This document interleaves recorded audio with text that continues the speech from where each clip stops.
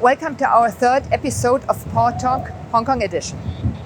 Do you know what HKSPA stands for? It's not a spa, but the Hongkong Seaport Alliance. How did Port of Hong Kong manage the challenges of COVID? And last but not least, what will be the port's future role in the Greater Bay Area? We are very honored to meet Mr. Horace, CEO of Modern Terminals, to answer these questions.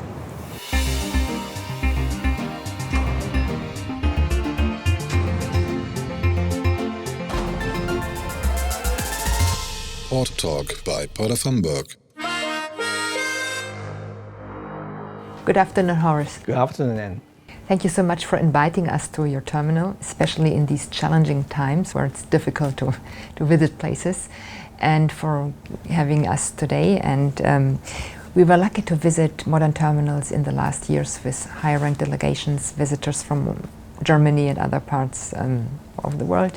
So thank you for having us here. For our audience who does not know Hong Kong that well or in all details, could you give us a brief introduction of Modern Terminals? Modern Terminals actually is the first dedicated container terminal in Hong Kong. We are registered in 1969 and we received the first vessel in 1972. So next year will be our 50th anniversary and also an 50th anniversary of the Port of Hong Kong. In addition to Hong Kong terminals, we also have 3 terminals in Shenzhen. One is called Daichan Bay, where we operate and have majority share. And then we also have some minor investment in Shekou and Chiwan. The Hong Kong Seaport Alliance was launched, comprising of Modern Terminals, Hongkong International Terminals, COSCO-HIT Terminals, Asia Container Terminals, which jointly operate 23 berths across 8 terminals in Kwai Tsing, Port of Hong Kong. This is a very interesting concept. Could you share some background information with us? Yes. The main objectives of forming this Hong Kong Seaport Alliance is to enhance the competitiveness of Hong Kong. We aim to pulling all the resources together and optimize their utilization and offer a better service to our customers. And what are the advantages for the shippers and the customers of Port of Hong Kong? Right. Now, when we pull the resources together, particularly all the berths, when we can plan all the berths together, it gives the shipping line much more flexibility when they berth in Hong Kong. So there's good improvement in the berth on arrival. And then basically we put our berths into 3 big zones, and we put the alliances into each of these zones. And by doing that, we have actually eliminated more than 50% of the interterminal trucking. Wow. So that not only save costs, also improve efficiency, and doing good job to the environment. We cut down the carbon dioxide emission a lot. At the same time, help them to grow their business too. Sounds like a win-win situation for everyone, and especially I think in these times where in other ports sometimes vessels have to wait for a long time. It's good to be in Hong Kong and relatively on time. Yeah. Talking about the Greater Bay Area or Pearl River Delta, how do you see the role of Port of Hong Kong in the Greater Bay Area and the future development of the port? Right. Actually, the Greater Bay Area is really great. It's a very big area.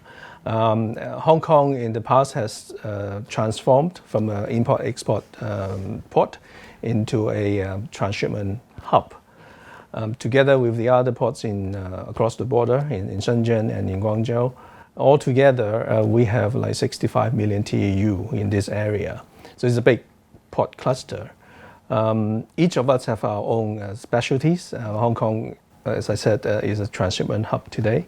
We need to continue to do what we are best at, and with a better coordination and planning around this Greater Bay Area. I believe Hong Kong still play a very important role in this area. Yes. So as this interview is reaching out to many shippers doing business with Hong Kong and the Greater Bay Area, why routing through Hong Kong is in their interest? I think Hong Kong, first of all, Hong Kong is a free port. And Hong Kong also is famous for its reliability, efficiency. And Hong Kong has a very robust legal system, very transparent. And all this make Hong Kong a first port of choice in this region. So are you satisfied with the support of Hong Kong government for the maritime and shipping industry? In Hong Kong, we work very closely with the Hong Kong government. They try their best to provide, like in recent years, they just deepened the channel to 17 meters to facilitate the big vessels coming in. And we are talking to them about some land requirements or barge berth arrangements. So we welcome all these policies to support the development of Hong Kong.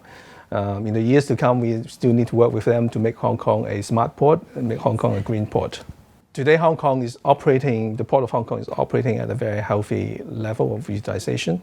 We have some buffer capacity to handle anything ad hoc or disruption in the logistics chain or supply chain. For example, like the COVID situation or like the Suez Canal disruption. And Hong Kong sit right at the mouth of the Pearl River Delta, well connected by road, by barge to the Pearl River Delta or the Greater Bay Area. A hot box in Hong Kong you can pick up by the consignee in less than 50 minutes and travel from Hong Kong to Shenzhen an hour, travel from Hong Kong to Guangzhou 4 hours. So Hong Kong is still a very key port in the region, I believe, in the future. Horace, sincere thanks for all your past support in receiving our delegations and your current support and for having us here.